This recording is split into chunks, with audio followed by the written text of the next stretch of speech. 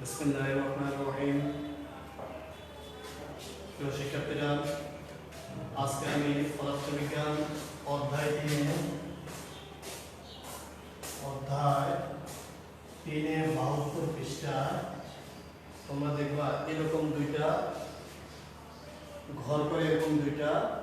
প্রমাণ দেখা গেছে, কিন্তু এটা প্রমাণটা ব্যাখ্যা দেওয়া নেই। তো এই দুইটা প্রমাণ আমরা আজকে করাবো। একটা হচ্ছে v1 সমান m1 - m2 u1 plus 2m2 u2 by m1 plus m2,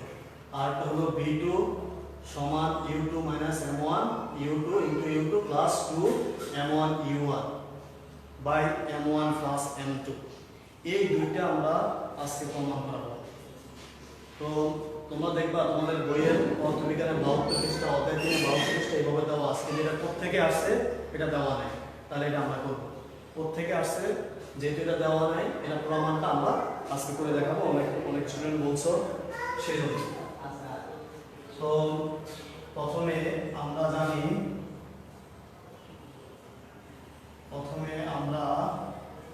জানি ভরবেগের সংরক্ষণের সূত্র থেকে ভরবেগের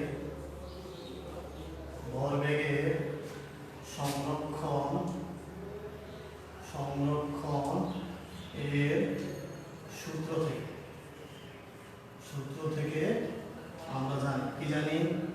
দেখো তোমরা ভরবেগের সংরক্ষণ আদি ভরবেগের সমষ্টি সমান, মানে কি m1 u1 plus m2 u2, এটা হচ্ছে আদি ভরবেগের সমষ্টি। আমি এটা আগে আলোচনা করছি। তারপরে আছে m1 v1 plus m2 v2। তাহলে ভরবেগের সংরক্ষণ সূত্রের সমষ্টি হচ্ছে আদি ভরবেগের সমষ্টি সমান শেষ ভরবেগের সমষ্টি সমান। আদি ভরবেগ বলতে u কে বোঝানো হয়েছে, আর mu মানে আদি ভরবেগ, আর শেষ ভরবেগ বলতে এখানে v কে বোঝানো হয়েছে। তো এখান থেকে আমরা কি করতে পারি, দেখো m1 u1 এটা লিখলাম, আর 1 এর সাথে এটা হচ্ছে m1 u1 আর এটা হচ্ছে কি m1 v1। যত 1 এখানেও 1 আছে m1 v1, এখানে আছে কি m1 v1। তাহলে এই 1 গুলো এটা আছে প্লাসের হয়ে যাবে কি মাইনাস, আমরা নিয়ে আসছি এই পক্ষেটা নিয়ে আসছি। এবার সমান চিহ্নের পরে কি আছে দেখো m2 v2, এটা আছে প্লাসের, এখানে কিছু দেব m2 u2। তার মানে আমরা বলছি যে প্রথমে u1 এর এক পাশে নিয়ে আসছি m1 u1, এটা আছে প্লাসের m1 v1, এর পাশে আমি কিছু দেব m1 v1, আর সমান চিহ্নের পরে কি আছে m2 v2, এর পাশে আছে প্লাসের, এখানে কিছু দেব মাইনাসের m2 u2। দেখো আমি আগে বলছি তোমাদের বইতে এই জিনিসটা সলিউশন করা নাই, কিভাবে এই জিনিসটা পাওয়া গেছে। তো আমি এই জিনিসটা বের করে দিতেছি, এই জিনিসটা কিভাবে আসছে পদার্থবিজ্ঞানে। তো এখানে দেখো এখান থেকে কি কমন যায়, এখানে m1 আছে এখানে m1 আছে, তাহলে আমরা m1 কমন নিতে পারি। উভয় পক্ষে আছে m1 এখানে m1, আর থাকে কি u1 মাইনাস কি থাকলো v1 সমান এখানে m2 আছে এখানে m2 আছে, তাহলে আমরা কি নিতে পারি কমন m2 কমন নিতে পারি, আর থাকে কি v2 মাইনাস u2। তাহলে সাইন্স আছে তোমরা তো কমন জিনিসটা বুঝো, এখানে m2 u2 কমন দিলে m2 u2 কাটা যাবে, এটা দিয়ে এটা ভাগ করলে m2 u2 কাটা যাবে, থাকবে v2 মাইনাস আর মাইনাস m2 কাটা যাবে আর থাকবে u2। তো আমরা এটা 1 নং সমীকরণ দিলাম, এটা হচ্ছে কয় নং সমীকরণ 1 নং সমীকরণ। তো দেখো আরেকটা আমরা সূত্র জানি,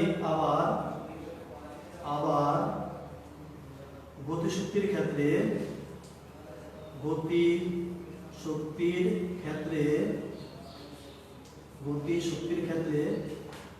আধি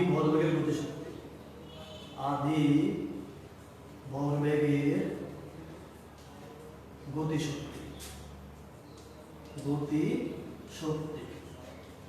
ও শেষ ভরবেগের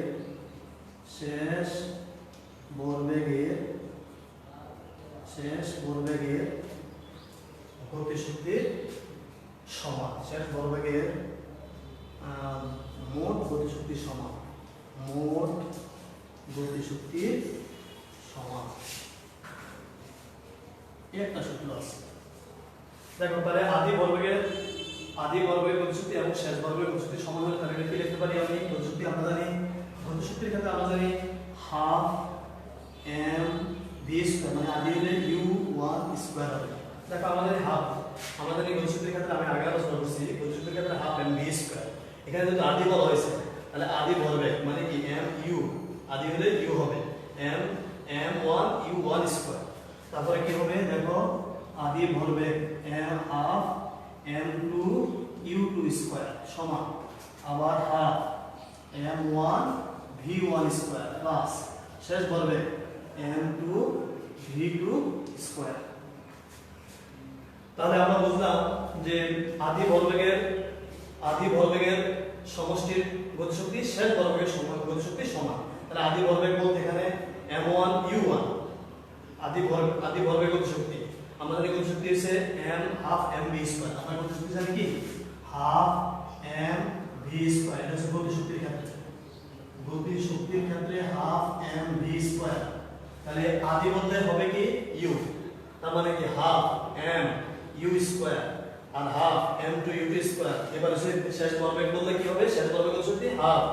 m1 v1 square half m2 v2 square. তো এতটুকু সবাই উঠেছো আমাদের এখন সংখ্যা এতটুকু পর্যন্ত। তারপরে কাজ দেখো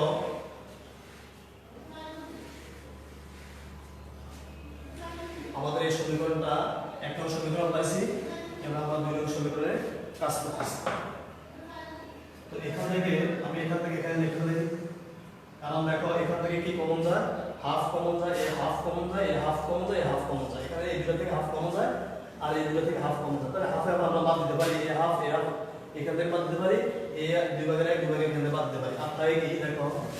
উভয় থেকে হাফ যদি বাদ যায় তাহলে আমরা লিখতে পারি m1 u1 স্কয়ার সমান তারপরে প্লাস কি হবে m2 u2 স্কয়ার সমান ওই পক্ষে আছে m1 v1 square plus m2 v2 square. দেখো উপপক্ষ থেকে হাফ বাদ এই হাফ দুই ভাগের এক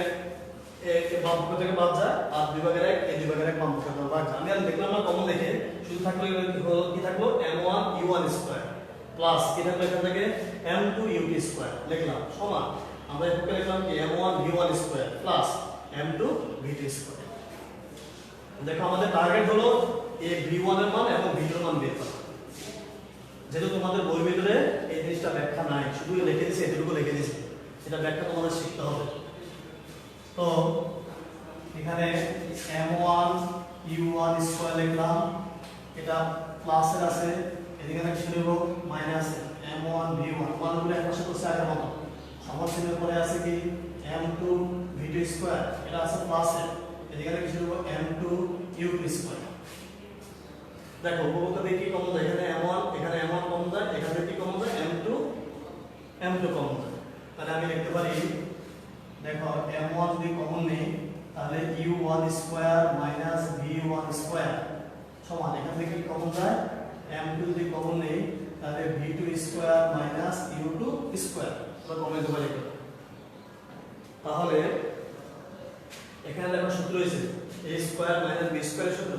এখানে সূত্র হইছে a square minus b square তাহলে তোমরা তো জানোই a square minus b square সূত্র হইছে a plus b into a minus b। তাহলে লেখো m1 এর সূত্র লেখো a প্লাস b। দেখো এটা যদি a হয় u1 টা a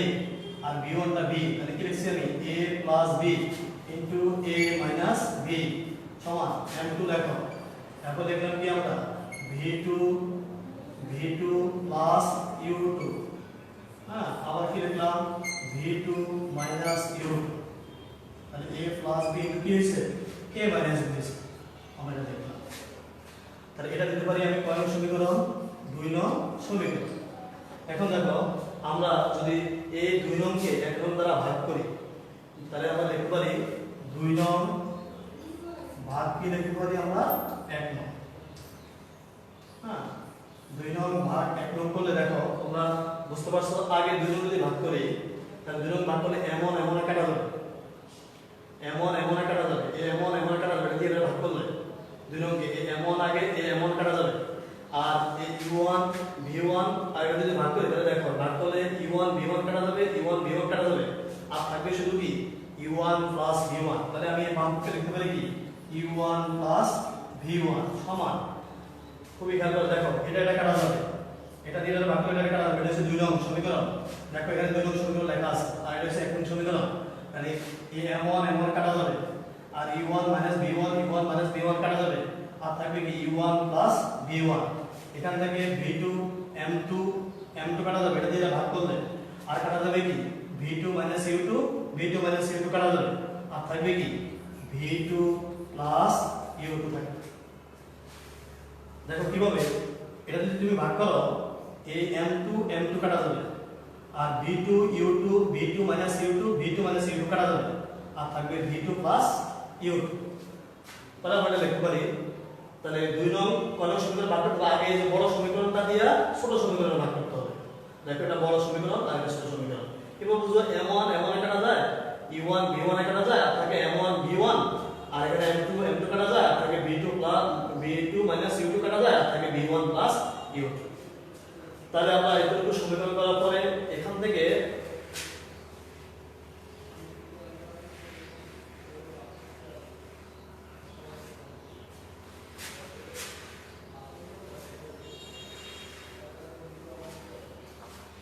দেখো এখান থেকে কি করতে পারি আমি এখান থেকে কমন নিতে পারি v1 রাখলাম আমি সমান আর থাকলো কি v2 u2 এটা প্লাস আছে এদিকে আমি কিছু দেব মাইনাস এটা দিলাম আমি 3 নং সমীকরণ দেখো v1 এর মান পাইলে এই যে v1 এর মান যদি আমরা বসে দিই তাহলে আমরা v2 এর মান পাবো v1 এর মান বসে দিলে v2 এর মান পাবো আবার v2 যদি আমরা এখান থেকে আবার দেখো একটু খেয়াল করো সবাই আবার এখানে যদি আমি v2 রাখি তাহলে আগে এই সমীকরণে লেখো u1 v1 সমান v2 u2 দেখো আগে এই সমীকরণটা নিয়ে আসি v2 u2 সমান u1 কি v1 তাহলে এখান থেকে আমি v2 রাখলাম আগে রাখলাম আমরা v1 এই সমীকরণ থেকে এই সমীকরণটা থেকে আবার এই সমীকরণটা লিখলাম এখানে লেখার পরে এখান থেকে যেহেতু আগে আমরা v1 বাই করছি এবার বাই করব v2 তাহলে আর থাকে u1 v1 এটা প্লাস আছে এদিকে লিখে দেব মাইনাস এটা কয় নং সমীকরণ 4 নম্বর সমীকরণ এটা আমরা 4 নম্বর সমীকরণ দিলাম দেখো মেইন এসে তোমার ভাগটা করলে আর দুই সূত্র জানলে মোটামুটি তোমরা বলতে পারবা কিন্তু এটা তো এখানে শুধু এই দুইটা জিনিস তোমার বইয়ের ভিতরে উঠে দিয়েছে কিন্তু এটা ব্যাখ্যা দেয় তার মানে আমরা ব্যাখ্যাগুলো করে দিয়েছি যেন তোমরা ভাষা করতে পারো বারবার করতে পারো এই ব্যাখ্যা শিখতে হবে তোমাদের তাহলে v1 এর মান ওই যে আমরা যে বলবেগের সংরক্ষণ সূত্র পাইছি ওই v1 এর মান বলবেগের সংরক্ষণ সূত্রের মধ্যে বসাই দিবে তাহলে বলবেগের সংরক্ষণ সূত্রটা হলো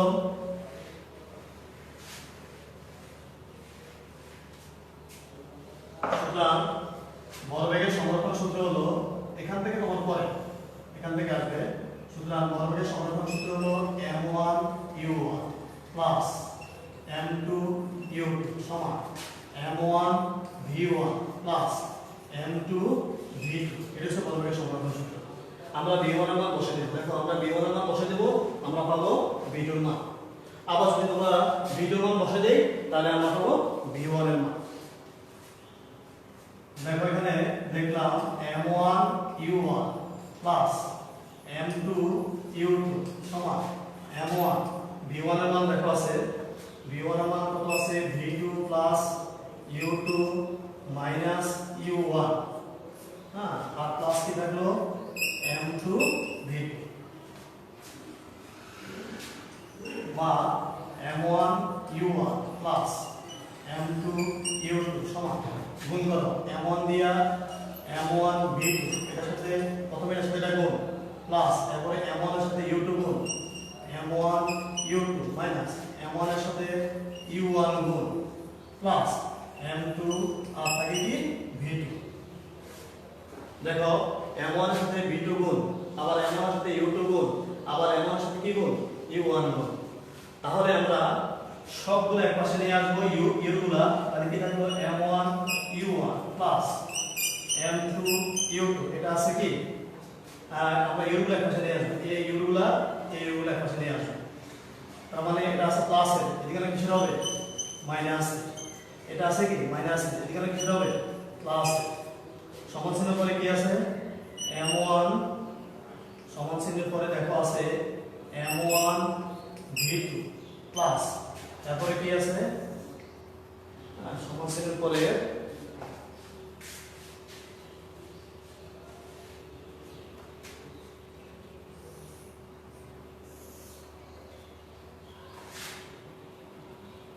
সমানচিহ্নের পরে আছে m2 v2। দেখো সবগুলা u1 আমরা ইউগুলো সব একপাশে নিয়ে আসছি, কারণ তোমার প্রমাণ করতে হলে এখানে v রাখতে হবে, কারণ প্রমাণ আছে কিন্তু v, এই দেখো v1 v2 আছে প্রমাণ। তাহলে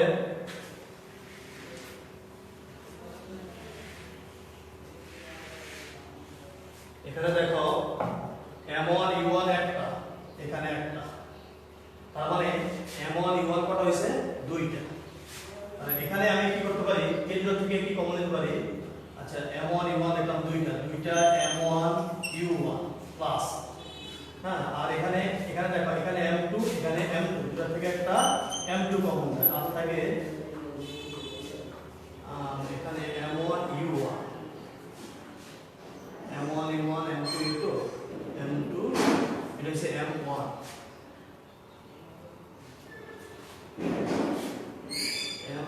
এটা হচ্ছে m1 u, দেখো এটা আছে m1 u2 প্লাস এর পাশে কি হবে মাইনাস, এটা আছে মাইনাস এর পাশে কি হবে প্লাস। তাহলে এখানে আমরা একটু ঠিক করে নিই, তাহলে এখানে m1 u1 একটা, এখানে m1 u1 একটা, তাহলে কত আছে m1 u1 দুইটা, এখান থেকে m2 u2 আছে, এখানে m1 u2 আছে, তাহলে এখানে u2 আর u2 দুটো থেকে একটা u2 কমন যায়, আর তাই কি m2 মাইনাস কি m1 m1 সমান কি থাকলো তোমার এখান থেকে কি কমন যায় v2 কমন যায়, এর পাশে আছে v2, এর পাশে আছে v2, এর পাশে আছে v2, তাহলে এখানে কি কমন নিতে পারি v2 কমন নিতে পারি, আর তাই কি m1 প্লাস m2। হ্যাঁ সমীকরণটা কিন্তু অনেক বড় সমীকরণ, বইয়ের ভিতরে দেয় নাই। তাহলে এবার আমি যদি এটা যদি এর পাশে নিয়ে আসি v2, তাহলে কি হবে m1 প্লাস m2, সমান চিহ্ন পরে আমি এদিকে নিয়ে যাই, তাহলে আগে দেখো আমাদের প্রমাণে যেহেতু আছে v2 সমান m2 মাইনাস, তাহলে এটা আমি আগে লিখি u2, আচ্ছা করে নিয়ে আসি, তোটা কি আছে এখানে 2m1 u1 আর প্লাস u2 এর সাথে কি আছে m2 মাইনাস m1, এই তোটা নিয়ে আসছি এর পাশে। দেখো এখান থেকে এই পাশে পুরোটা নিয়ে আসছে এই পাশে, আর এই জিনিসটা আমরা এদিকে নিয়ে আসছি, সমান চিহ্নের এদিকে আর ওদিকে নিয়ে আসছি, তাহলে এখান থেকে কি কমন যায় আমরা অবশ্যই বুঝতে পারি v2 নিলে এই জিনিসটা ভাগ হয়ে যাবে, কারণ এটা গুণ আকারে আছে, গুণ আকারে থাকলে ভাগ হয়ে যায়, তাহলে নিচে যেটা কি m1 প্লাস m2, দেখো এটা আছে গুণ আকারে, নিচে কি দেব ভাগ, আর থাকলো কি আমরা এটা যদি এই প্রমাণের সাথে মিলে লিখতে চাই তাহলে m2 মাইনাস m1 টা আগে লিখি, তাহলে মিলে যাবে। তাহলে আর থাকলো কি এখানে m2 মাইনাস m1 যদি সাজিয়ে লিখি, আর u2 টা ওই পাশে লিখি, তাহলে u2 টা এর পাশে লিখলাম প্লাস, আর তাহলে কি 2m1 u1। দেখো তোমাদের বইয়ের সাথে এই প্রমাণটা মিলে গেছে, আমি আগে বলছি যদি v1 এর মান বসাই, v1 এর মান বসাইলে আমরা v2 এর মান পাবো, v1 এর মান বসাইলে v2 এর মান পাবো, তাহলে v2 হইছে কত m2 মাইনাস m1, আমরা এই জিনিসটা এই পাশে সাজিয়ে লিখছি, আমরা এই পাশে সাজিয়ে লিখছি, আগে লিখছি কি m2 মাইনাস m1, হ্যাঁ ইনটু কি u2 সাজিয়ে লিখছি, প্লাস 2m1 u1 আমরা সাজিয়ে লিখছি, তাহলে তোমাদের এই বইয়ের সাথে প্রমাণটা মিলে গেছে। তাহলে এই প্রমাণের সাথে এই বই এটা আমাদের হুবহু মিলে গেছে। দেখো প্রমাণ আমাদের বইয়ের সাথে আছে m2 minus m1 into u2 plus 2m1 u1 নিচে ভাগ হয়েছে কত m1 প্লাস m2। তাহলে আমরা বুঝলাম যে বইয়ের সাথে যে প্রথম কার মান বসেছি আমরা v2 এর মান v1 এর মান বসেছি, দেখো এখানে v1 এর মান বসেছে, আগে যে 3 নং সমীকরণ পাইছি ওই 3 নং সমীকরণে কার মান বসেছে, সমীকরণ এই বর্গের সমীকরণ সূত্রের ভিতরে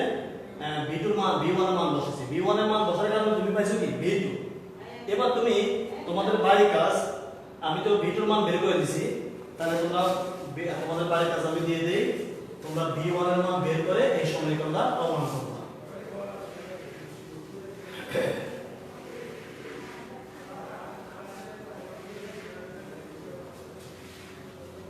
তাহলে বাড়ির কাজ আমাদের বাড়ির কাজ হলো v2 এর মান বসিয়ে v2 এর মান বসিয়ে বের করবা v1 সমান এই সমীকরণটা বের করবা m1 minus m2 into u1 plus 2u2 by কত m1 প্লাস একইভাবে করবা। একইভাবে আমি যেভাবে v1 এর মান বসাইছি তোমরা বসাবে কি v2 এর মান বসালে v1 এর মান আসবে। আমি বসাইছি কি v1 এর মান, এখানে আমি v2 এর মান পাইছি। ঠিক আছে, একইভাবে সমীকরণটা বসাই দিবা, সমীকরণ বসাই তোমরা এই বাড়িতে এই কাজটা করবা। বাড়ির কাজ ওকে, সবাই ভালো থেকো, সুস্থ থেকো, বারবার এই প্রবলেমগুলো পড়া করবা, লিখবা, দেখবা সহজ হয়ে গেছে। সবাই ভালো থেকো, আল্লাহ হাফেজ, আসসালামু আলাইকুম।